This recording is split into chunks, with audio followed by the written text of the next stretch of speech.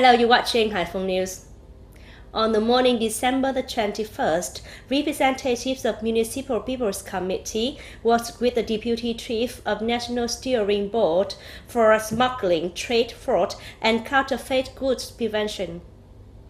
The report of the city's Standing Steering Committee 389 on smuggling, trade fraud, and counterfeit goods prevention showed that the fight against smuggling, trade fraud, and counterfeit goods, illegal goods transport, and counterfeit goods production in the city has made positive changes thanks to the care, drastic, regular, and directions of the central ministries and local branches.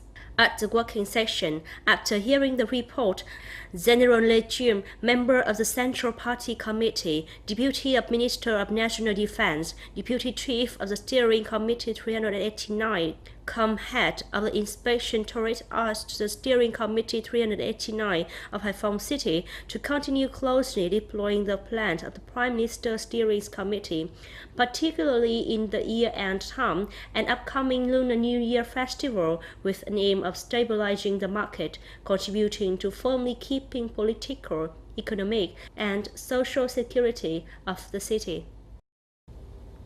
On the afternoon of December the 21st, Chairman of Haiphong People's Committee, Mr. Nguyễn Văn Tùng, led an inspection over the progress of several key projects in the areas of Ngô Quyền District. Chairman of Haiphong People's Committee Nguyễn Văn Tùng conducted on-site inspection and heard report on the progress of land clearance and executing the projects, including building Đông Khê 2 Road, upgrading apartment buildings of U1, U2, U3 Lê Lợi, and Đồng Quốc Bình apartment building.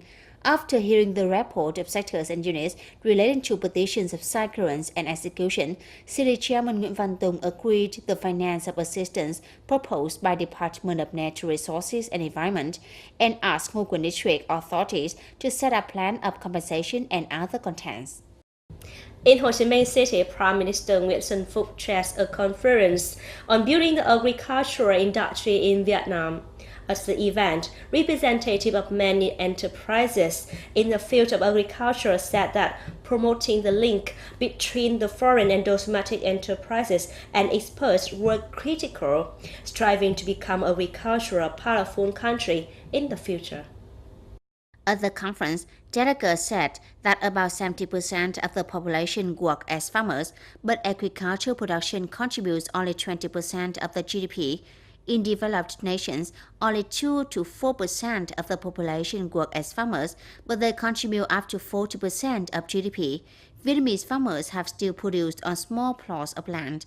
In order to develop models of high-tech agricultural production, farmers and enterprises have not able to mortgage their land at banks and has difficulties in seeking bank loans. From mid-November, the Agricultural and Rural Development Bank began preparing 50 trillion Vietnam dong to serve individuals, households, collectives, and enterprises producing hygienic, safe food at a preferential interest rate of 1.5%. Prime Minister Nguyễn Xuân Phúc said that industrialization and modernization of the rural agriculture is a critical task of the national industrialization and modernization. The investment of high-tech agricultural production is the important task of Vietnam, striving to become one of the developed agricultural industry countries in the world. On the morning of December the 21st, Haiphong Charity Association held a meeting to reconnect the charity table task in 2016 and carry out a new plan for 2017.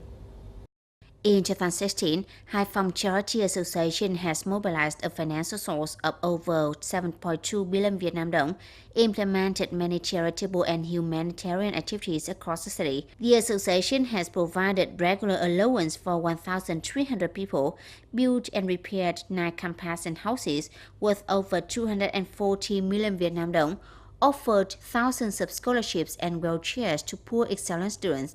In 2017, the association continued enhancing emulation movement of the entire people participate in charitable activities, mobilize benefactors, units and enterprises to support for the poor, encourage agent-oriented victims, state contributors and social welfare beneficiaries on the occasion of the Lunar New Year festivals and other holidays.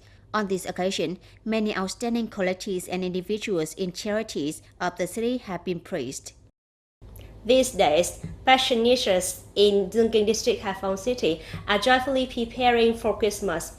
All the churches and streets are put on a new splendid face. The jubilant and joyful atmosphere is pervading everywhere. There are about 3,000 parishioners from 3 parishes and 6 Catholic families in Zunking District.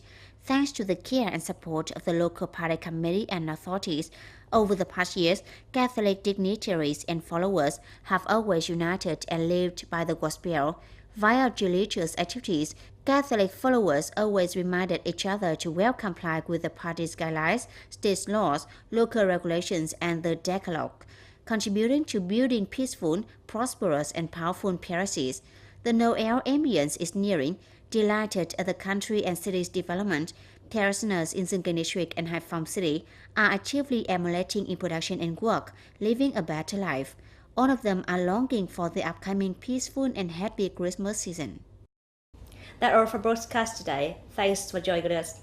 Until next time, goodbye.